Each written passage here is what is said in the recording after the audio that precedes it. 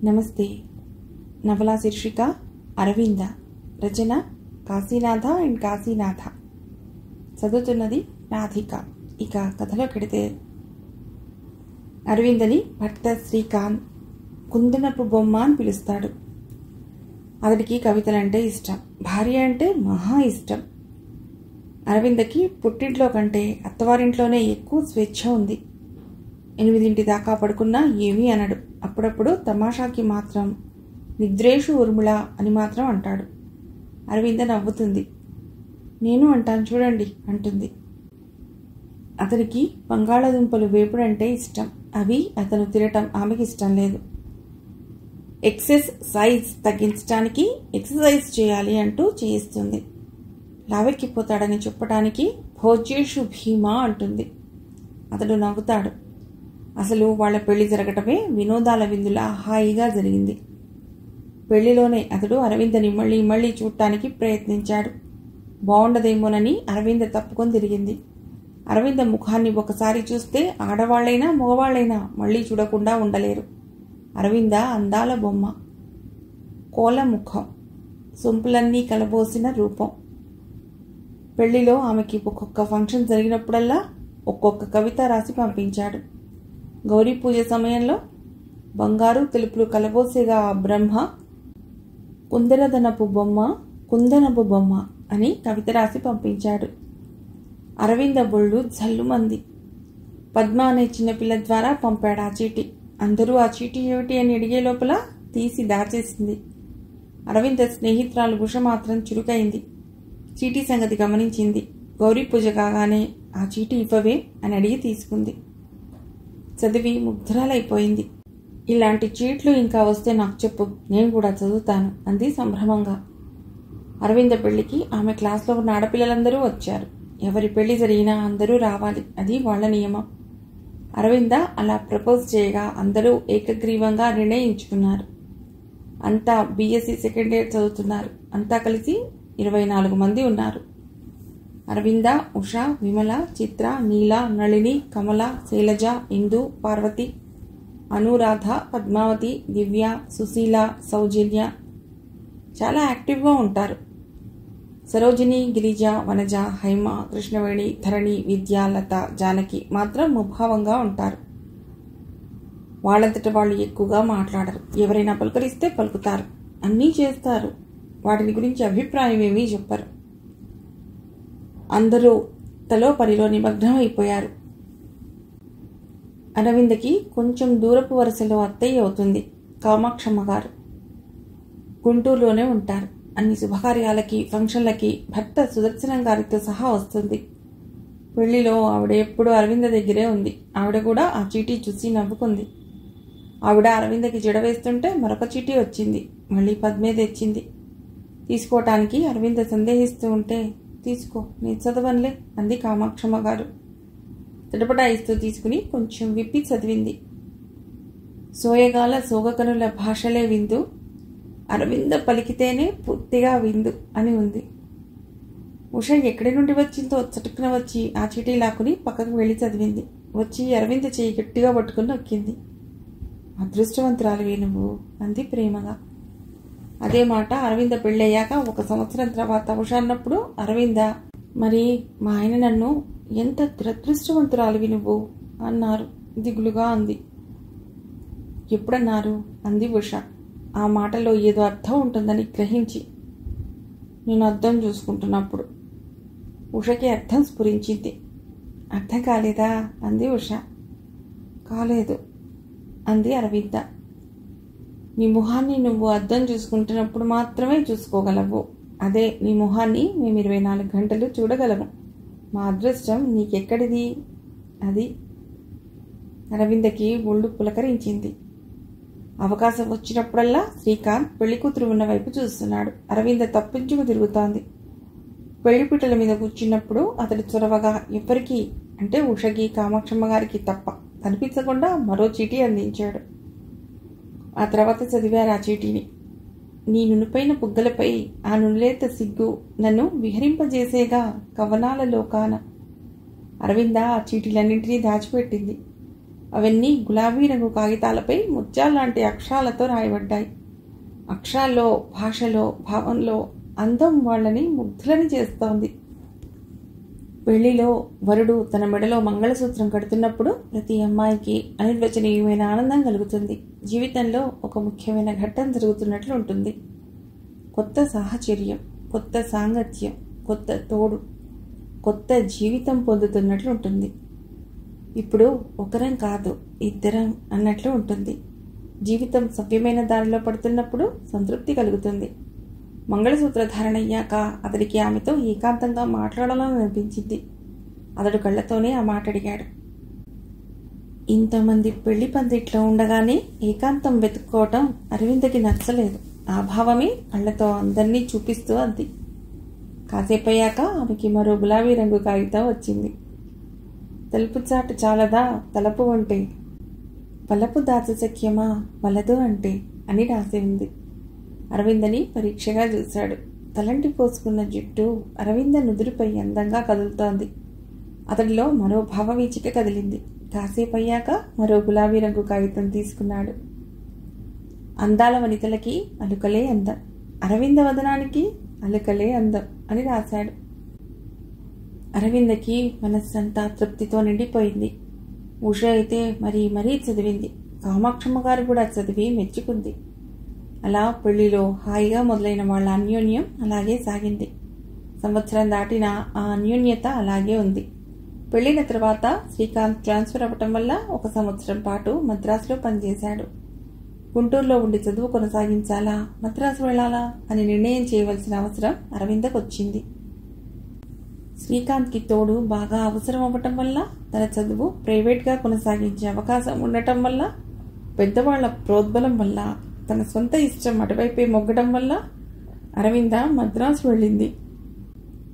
కాలేజీకి రాకపోయినా అరవిందకి తన స్నేహితురాళ్లతో దగ్గరతనం ఏమీ తగ్గలేదు. గుంటూరు వచ్చినప్పుడల్లా కాలేజీకి తప్పనిసరిగా వెళ్లేది. లెక్చరర్లు కూడా గుర్తుపెట్టుకుని పలకరించేవాడు. సంవత్సరం తర్వాత మళ్లీ గుంటూరు ట్రాన్స్ఫర్ చేయించుకున్నాడు అతడు. అరవింద కాలేజీకి వెళ్లి ప్రాక్టికల్స్ చేసింది. అటెండెన్స్కి ఎగ్జంప్షన్ తీసుకుంది. అందరితో పాటు పరీక్షలు రాసింది. పరీక్షలు రాసే ముందు అనుకున్నారు, అవి పూర్తయ్యాక ఆడపిల్లలందరూ కలిసి పిక్నిక్ ఎక్కడికైనా వెళ్లాలని. ఉద్దేశం చాలా అద్భుతంగా వాళ్ళకి కలిసి వచ్చింది. అనుకోకుండా వాళ్ల బ్యాచ్లో 3 పెళ్లిళ్లు కుదిరాయి. చాలా దగ్గర సమయాల్లో. శనివారం పరీక్షలు పూర్తయ్యాయి. ఆదివారం రాత్రి విశాఖపట్నంలో 10:30కి సరోజిని పెళ్లి. వరుడు విజయనగరంలో డాక్టర్. ఆ హడావిడి సందడి పూర్తవుతూనే 2వ పెళ్లి. బుధవారం ఉదయం మనజ పెళ్లి అనకాపల్లిలో. ఈ 2 హాయిగా పిక్నిక్లా అనిపించేగా విందులో ఐస్ క్రీమ్ లాగా 3వ పెళ్లి. కృష్ణవేణి పెళ్లి శుక్రవారం రాత్రి ఏలూరులో. 1 వారం వ్యవధిలో 3 పెళ్లిళ్లు, 3 శుభలేఖలు కాలేజీ లెటర్ బాక్స్లో నిండిపోయాయి. అందరూ ఆనందంతో ఉక్కిరిబిక్కిరి అయ్యారు. పరీక్షలు అయిపోగానే పెళ్లిళ్లు కాబట్టి చదువుకి ఆటంకం ఏమీ లేదు.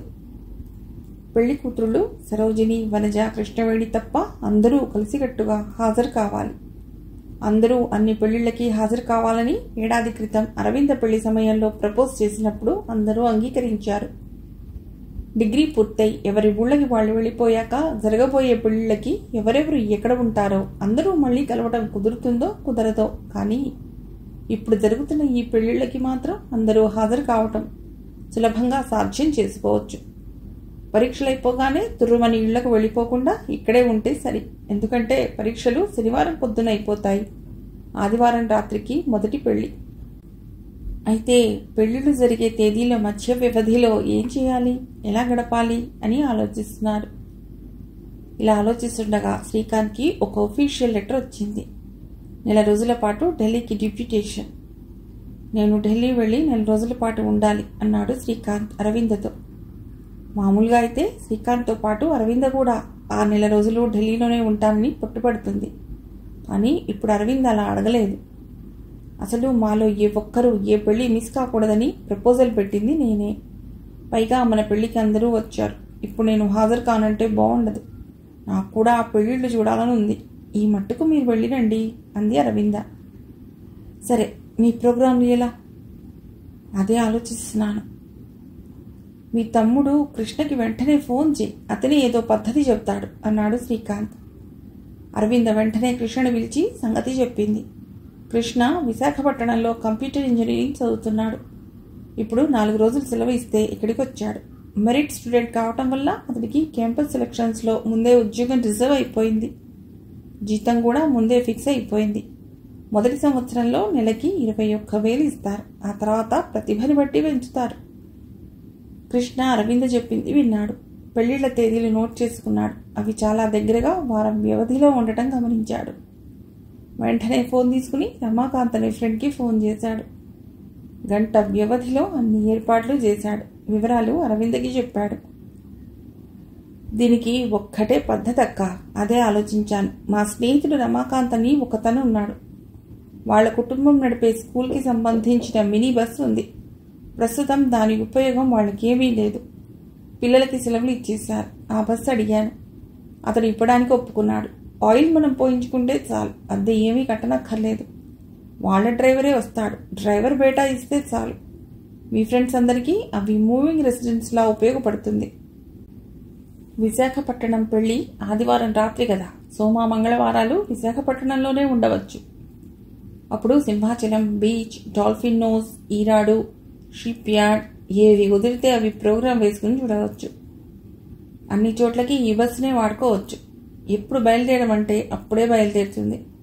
ఎక్కడ ఆగమంటే అక్కడే ఆగుతుంది. ఎంతసేపు ఆగమంటే అంతసేపు ఆగుతుంది. సొంత బస్సులా వాడుకోవచ్చు. అనకాపల్లి పెళ్లికి కూడా బస్సులోనే వెళ్ళి రావచ్చు. విశాఖకు దగ్గర కాబట్టి మకాం విశాఖలోనే ఉండవచ్చు. శుక్రవారం రాత్రికి ఏలూరులో పెళ్లి కాబట్టి అప్పటిదాకా విశాఖలోనే ఉండి చూడవలసినవన్నీ చూసి శుక్రవారం ఏలూరుకు బయలుదేరవచ్చు. శుక్రవారం రాత్రి ఏలూరులో పెళ్లి చూసుకున్నాక శనివారం ఉదయం అందరూ సోలాంగ్ చెప్పుకోవచ్చు అన్నాడు. అంటే మొత్తం టూర్ వారంలో పూర్తవుతుంది, ఆదివారం నుండి శనివారం దాకా. ఈ ఏర్పాటు చాలా బాగుందనిపించింది అరవిందకి. మధ్యలో ఎవ్వరూ ఇంటికి వెళ్లరు, అంతా కలిసే ఉంటారు. ఇళ్లకి వెళితే కదా మళ్ళీ రారేమోనని అనుమానం. అమ్మయ్య, సమస్య పరిష్కారమైంది, చిక్కులన్నీ విడిపోయాయి అంది అరవింద తృప్తిగా. చిక్కులు అప్పుడే మొదలవుతాయని అప్పుడు అరవిందకు తెలియదు. పరీక్షలు శనివారం ఉదయంతో అయిపోయాయి. హాస్టల్లో ఆ రాత్రి అందరూ పడుకున్నారు. ఆదివారం ఉదయం అందరూ అరవింద ఇంటికి వచ్చేశారు. కాఫీ, టిఫిన్లు అరవింద ఇంట్లోనే జరిగాయి. బస్సు వచ్చి రెడీగా ఉంది. డ్రైవర్కి, క్లీనర్కి కూడా టిఫిన్, కాఫీ ఇచ్చారు. కృష్ణ తను ఎలాగో విశాఖపట్నం వెళ్ళాలి కాబట్టి తను కూడా అంతవరకు బస్సులోనే వస్తానన్నాడు. కామాక్షమ్మ గారు, సుదర్శనం గారు కూడా అదే బస్సులో బయలుదేరారు. వాళ్ళ అబ్బాయి విశాఖపట్నంలో ఉన్నాడు. అతని ఇంటికి వెళ్ళాలి. ఎలాగో బస్సు వెళుతోంది కాబట్టి అందులో బయలుదేరారు. విశాఖపట్నంలోనే సరోజిని పెళ్లి కాబట్టి, శుభలేఖ వాళ్ళకి వచ్చింది కాబట్టి ఎలాగో వీలు చేసుకుని ఆ పెళ్లికి మీరు కూడా రండని ఆ దంపతులని ఆహ్వానించారందరూ. వాళ్ళు అంగీకరించారు. విమల ఇంట్లో పూలు కోసి పట్టుకొచ్చింది. బస్లో దేవుడి ఫోటోకి వేసింది. పిక్నిక్లా కనిపించాలని ఇంకొన్ని పూలదండలు కట్టి కిటికీల దగ్గర కట్టింది. అందరూ హడావిడిగా బస్సు ఎక్కడానికి ప్రయత్నిస్తున్నారు. బస్సు దగ్గర గుమిగూడారు. అందరూ క్యూలో ఎక్కితే బాగుంటుంది అన్నారు కామాక్షమ్మ గారు. ఇండియాలో ఇప్పుడు క్యూ పద్ధతి ఎవరు పాటిస్తున్నారండి అంది చిత్ర. సినిమాల్లో హీరో మీదికి ఫైట్కి వచ్చే విలన్ మనుషులు తప్ప అంది ఉష. అందరూ నవ్వారు. క్యూ పాటించకపోయినా అందరూ ఎక్కుతున్నారు. సీట్లు తక్కువ అవుతాయేమో, కొందరు నుంచోవలసి రావచ్చు అంది నీల. బస్సు ఎక్కుతున్న కృష్ణను చూసి కామాక్షమ్మ గారు, కృష్ణ నీవు మాత్రం నుంచోవద్దు, తలకి బస్ స్టాప్ తగులుతుంది అంది. ఇంకా నయం, సీట్లో కూర్చుంటే తలకి బెర్తె తగులుతుందన్నారు కాదు అంది ఉష తను ముందుగా సీట్లో కూర్చుంటూ. వీధిలో నడిస్తే విమానం తగులుతుందన్నారు కాదు అంది చిత్ర. కృష్ణ మందహాసం చేశాడు. మొత్తం మీద అందరికీ సీట్లు సరిపోయాయి. బస్సు బయలుదేరింది. వెనకాలే ఒక జీప్ బయలుదేరటం ఎవరూ గమనించలేదు. అది బస్సు వెనకాలే వస్తోంది. అందులో 4 జులాయి కుర్రవాళ్ళు ఉన్నారు. విద్యార్థుల్లాగే ఉన్నారు, కానీ విద్యని అర్థించే వాళ్ళలా లేనే లేరు. అందరి నోట్లో సిగరెట్లున్నాయి. అందులో ఒకడు ఆడపిల్లల బస్ కేసి చూస్తూ గట్టిగా ఈల వేశాడు. అందరూ వెనక్కి తిరిగి చూశారు. బస్సు డ్రైవర్ ఒక్కసారి వెనక్కి తిరిగి చూసి మళ్ళీ బస్ నడపటం మొదలెట్టాడు. బస్లోని ఆడవాళ్లు ఆ జీప్కి ఇవ్వవలసిన ప్రాముఖ్యత ఇవ్వనే లేదు. వెళుతున్నది పెళ్లిళ్ళకి అయినా అంతమంది స్నేహితురాళ్ళు కలిసి ఒక బస్సులో వెళుతూ ఉండటం వల్ల వాళ్ళకి పిక్నిక్కి వెళుతున్నట్లుంది. అమ్మాయిల హుషారుకి అంతే లేదు. ఏదో సినిమా పాటలు పాడారు, అంతా అంత్యాక్షరి ఆడుకున్నారు. కొందరు హిందీ సినిమా పాటలు పాడారు.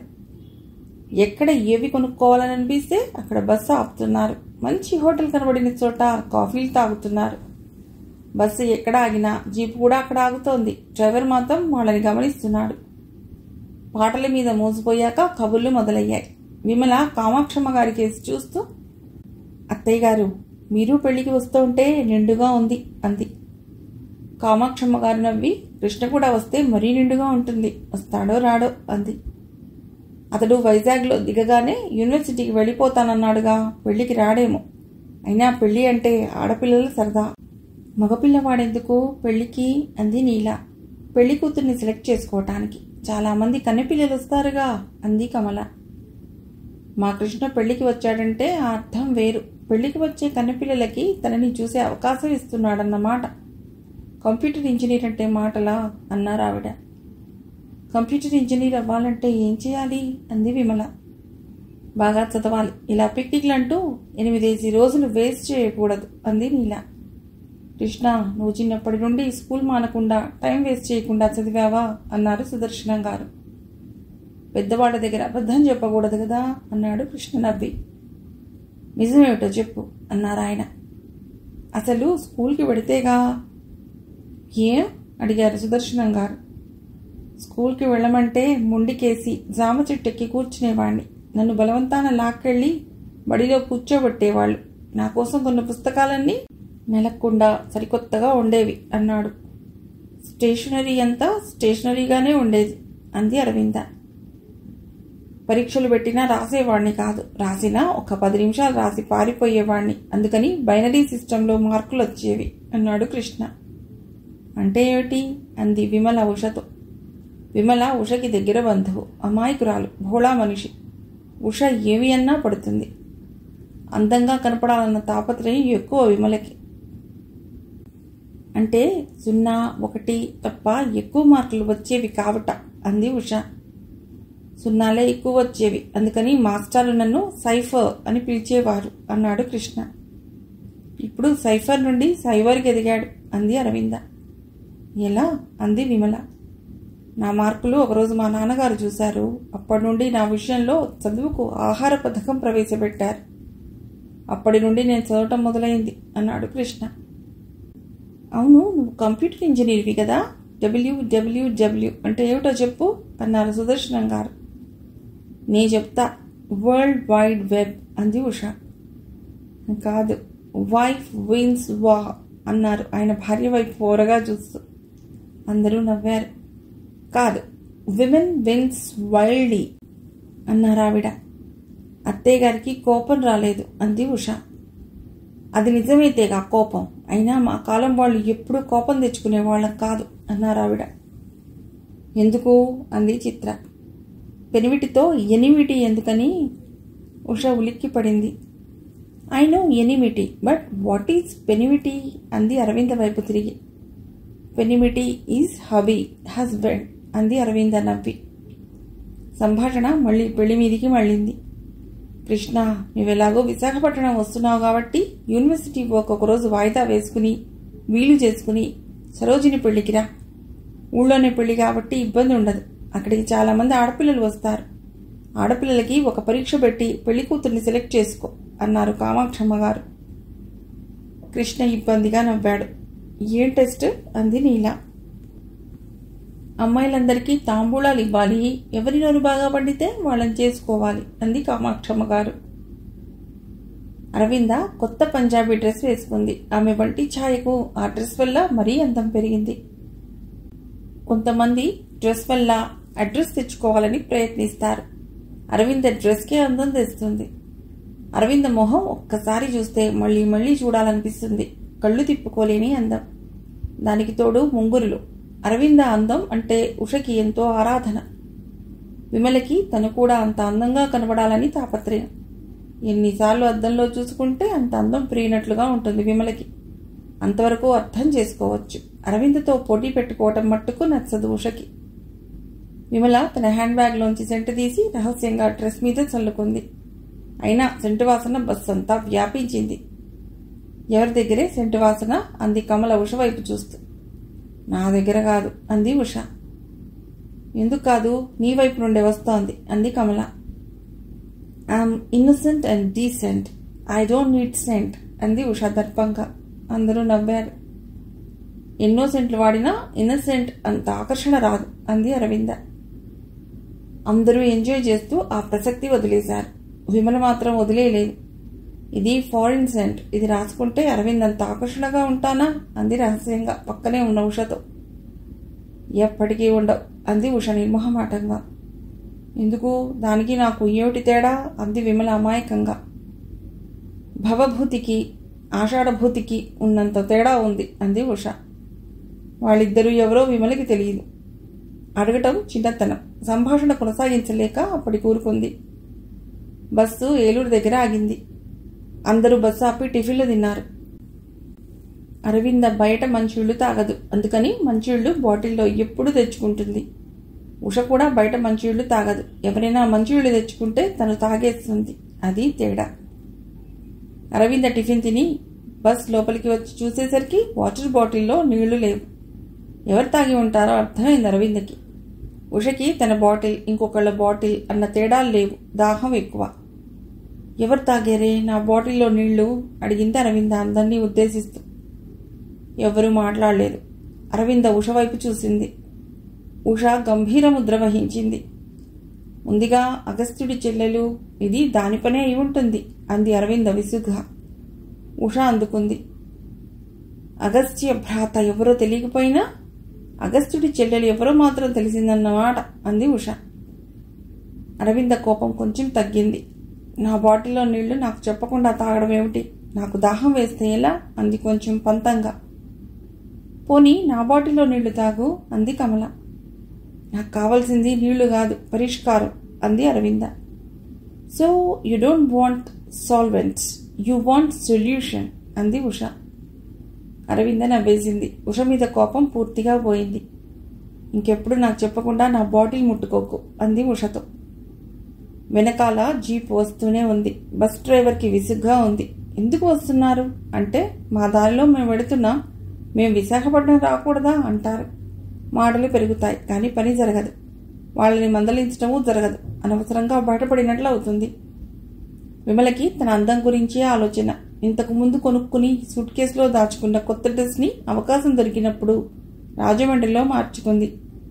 డ్రెస్ ఖరీదైనదే, అది వేసుకుంటే అందం పెరుగుతుందని గట్టిగా నమ్మింది. బస్లో ఆ డ్రెస్ ఉషకి చూపించింది. నెక్లెస్తో పాటు అది వేసుకుంటాను, రేపు పెళ్లిలో అరవింద పక్కన నిలబడతాను అంది.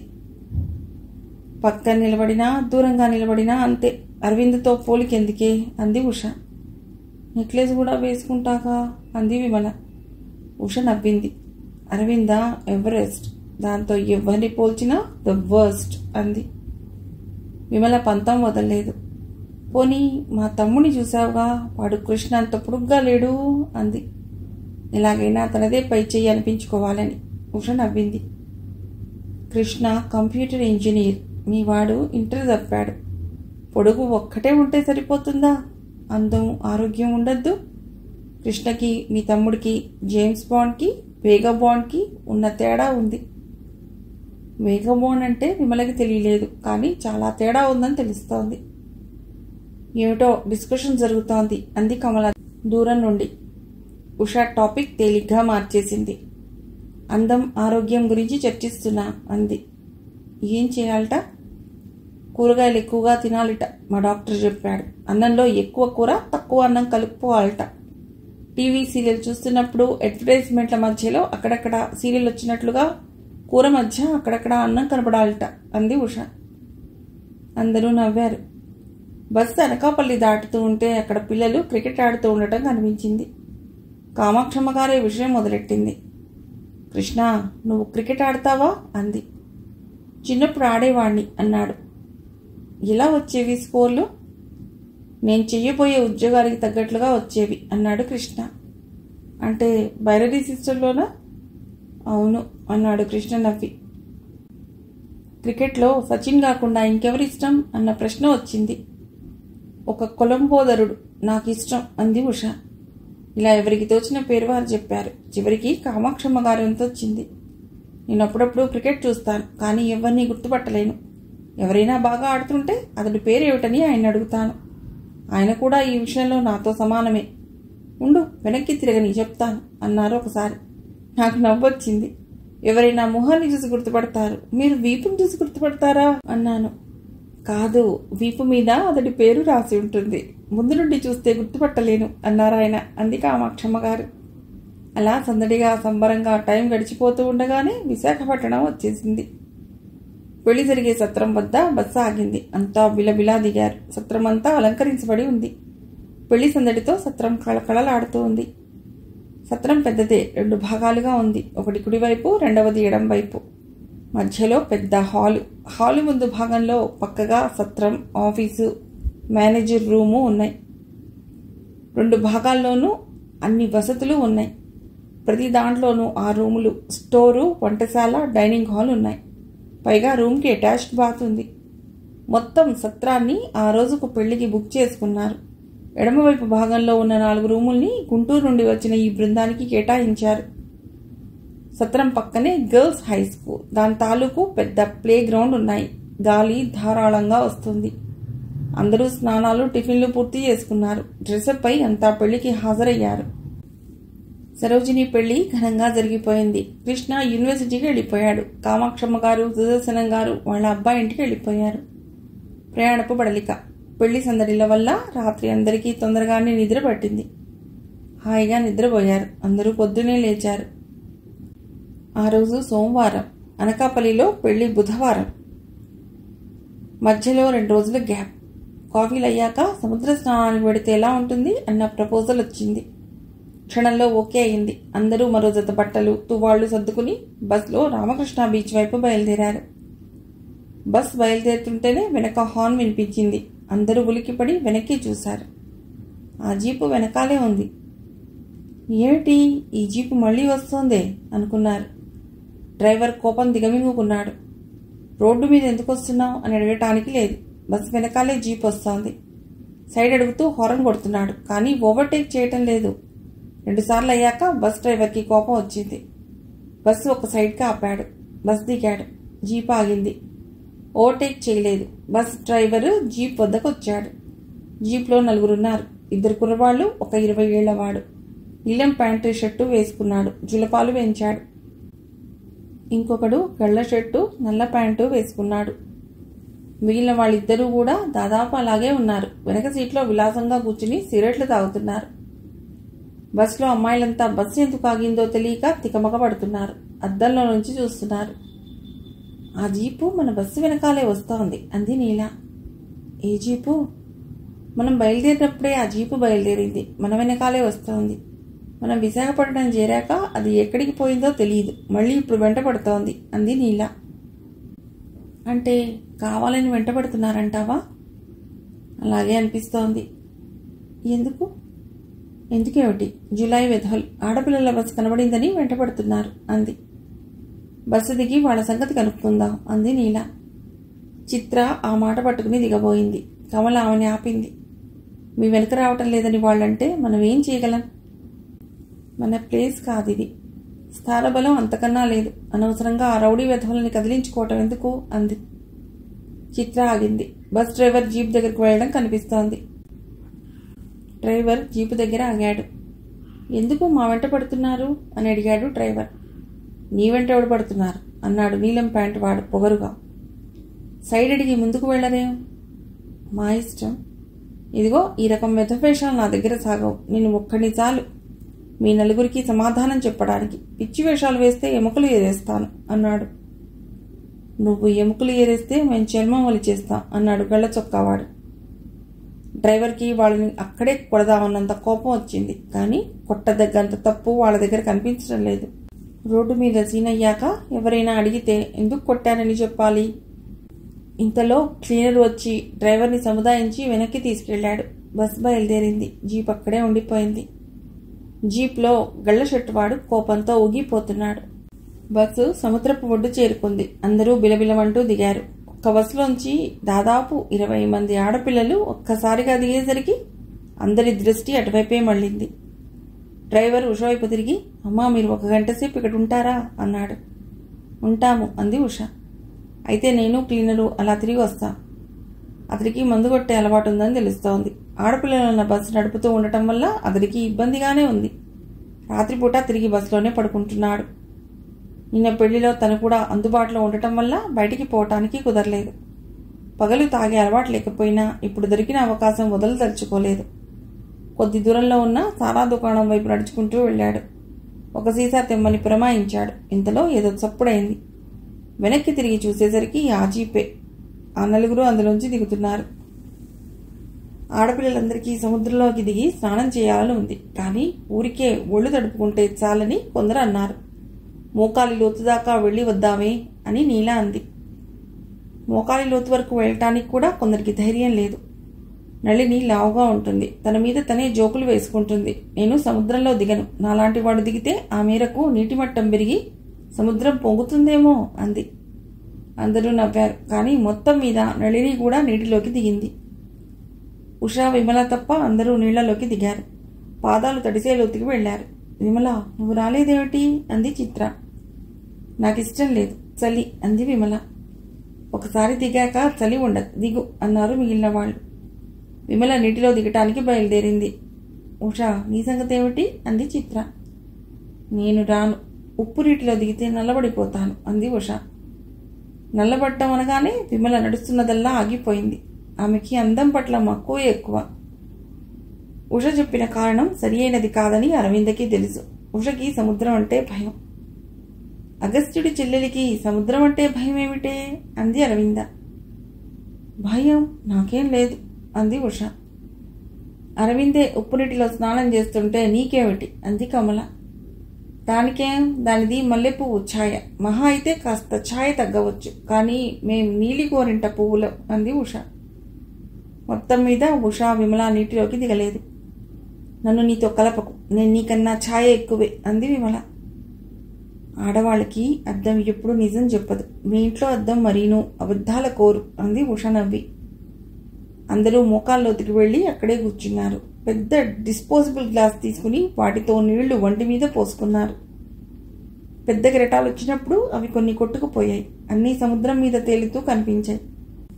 చేతులతోనే నీళ్లు వంటి మీద పోసుకున్నారు. అలా పోసుకుంటూ ఉంటే ఒకళ్ళ చేతిలో నీళ్లు ఇంకొకళ్ళ మీద పడ్డాయి. ఒకళ్ళ మీద ఒకళ్ళు నీళ్లు చల్లుకోవటం మొదలెట్టారు. చల్లటి నీళ్లు వంటి మీద చల్లుకుంటుంటే అదో తమాషా అనుభవంలా ఉంది. ఆ ఊపులో చిత్ర కమలని సున్నితంగా దోసింది. కమల నీలని తోసింది. నీల నళినిని. అలా ఒకళ్ళనొకళ్ళు దూసుకోవటం, నీళ్లు చల్లుకోవటం మొదలెట్టారు. నీరు లోతు లేదు కాబట్టి పడినా భయమేమీ లేదు. బట్టలు తల ఎలాగూ తడుస్తున్నాయి. చేతులు పట్టి లాగడం, తోసుకోవటం సరదాగా జరుగుతోంది. లేవటం, మళ్లీ తోసుకోవటం, కాళ్ళు పట్టి లాగడం. డిగ్రీ స్టూడెంట్లైనా ఎలిమెంటరీ, హై స్కూల్ పిల్లల్లాగా సరదాగా అల్లరి చేసుకున్నారు. కాళ్ల కింద ఇసుక లాగేస్తూ ఉంటే తమాషాగా ఉంది. ఎవరైనా ఆ హడావుడిలో పొరపాటున నీటిలోతుకు పోతూ ఉంటే ఒడ్డున ఉండి చూస్తున్న ఉషా, విమల హెచ్చరిస్తున్నారు. ఒక్కొక్కళ్ళు భయపడుతూ ఉంటే ఇంకొకళ్ళకి ఉత్సాహం పెరుగుతుంది. అందరికీ తలలు బాగా తడిశాయి. ఎలాగూ తడిశాయి కదా అని మొత్తం నీళ్లలో మునిగి తడిపేసుకుంటున్నారు. జడలు తడపాలని మొదట్లో అనుకోలేదు, కానీ తప్పలేదు. 10 నిమిషాలు అనుకుని సముద్ర స్నానం మొదలెట్టిన వారు అరగంట జలకాల తర్వాత ఒక్కొక్కళ్లే బయటకు రావటం మొదలెట్టారు. ముందుగా నీల, చిత్ర, ఇందు, పార్వతి వచ్చారు. పొడి తువ్వాళ్లతో జుట్టు, చేతులు తుడుచుకున్నారు. ఒక్కొక్కళ్లే బస్సులోకి వెళ్లి పొడి బట్టలు కట్టుకున్నారు. ఆఖరున కమల, నళిని లేచారు. అందరికంటే ఆఖరున అరవింద నీళ్లలోంచి బయటకు వచ్చింది. పొడి తువ్వాలు ఉష దగ్గర తీసుకుని జుట్టు, మెడ, చేతులు తుడుచుకుంది. కాళ్ళు తుడుచుకుంటూ ఒక్కసారి ఉలిక్కి పడింది. ఏయ్ అంది కంగారుగా. ఏమిటి అన్నారు ఉషా, విమల. నా కాళ్ళు చూడు. నీ కాళ్ళకేమైంది? నా కాలి వేళ్లకి మెట్టెలు లేవు, 2 కాళ్ళకి లేవు. ఉష వెంటనే లేచి అరవింద కాళ్ల పక్కన ఇసుక మీద వెతికింది. ఉషను చూసి విమల కూడా లేచి వెతికింది. ఇసుకని కదల్చకుండా ముందు వెతికింది, తర్వాత కదిలిస్తూ వెతికారు. అరవింద నీళ్లలోకి దిగి నీళ్లలో నుంచి ఇసుక కనిపిస్తున్న చోటల్లా కంటితో పరిశీలనగా చూసింది.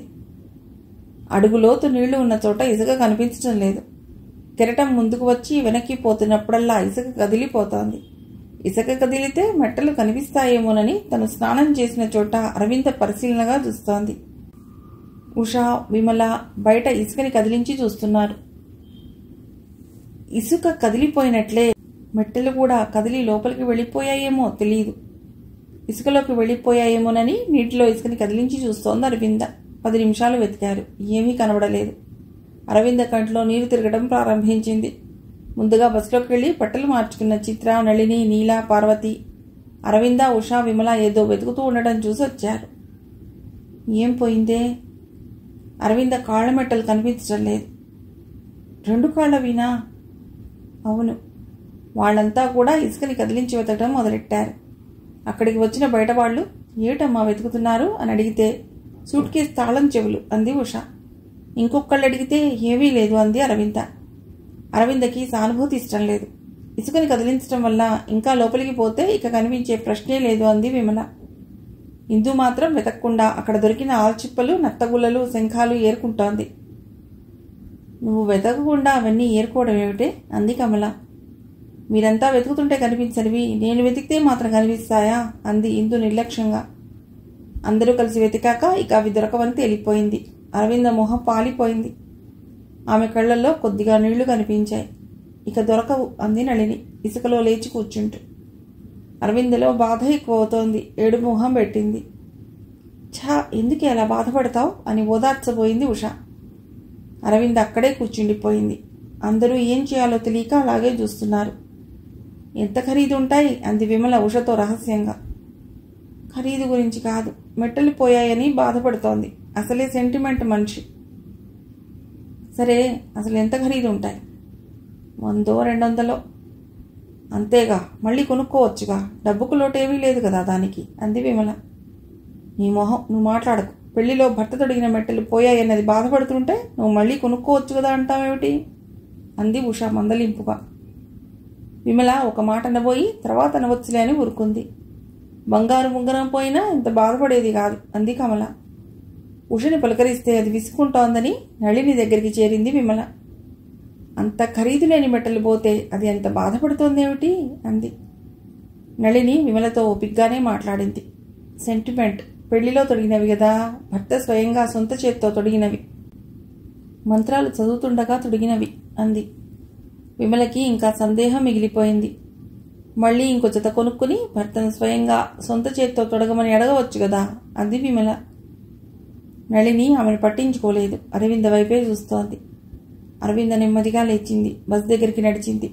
వెనక్కి ఇసుక వైపు, సముద్రం వైపు చూస్తూ నడిచింది. ఆమె వెనకే అందరూ నడిచారు. నెమ్మదిగా నడుస్తూ బస్సులో కూర్చుంది. ఉష ఒక తువ్వాలు కప్పింది, అరవిందకి చలివేయకుండా. ఎప్పుడూ కిటికీ దగ్గర సీట్ కావాలని పంతం బట్టి నెగ్గించుకునే అరవింద ఇప్పుడు మాత్రం దొరికిన సీట్లో కూర్చుంది. ఉష అరవింద పక్కనే తోడుగా కూర్చుంది, భుజం మీద చెయ్యి వేసి.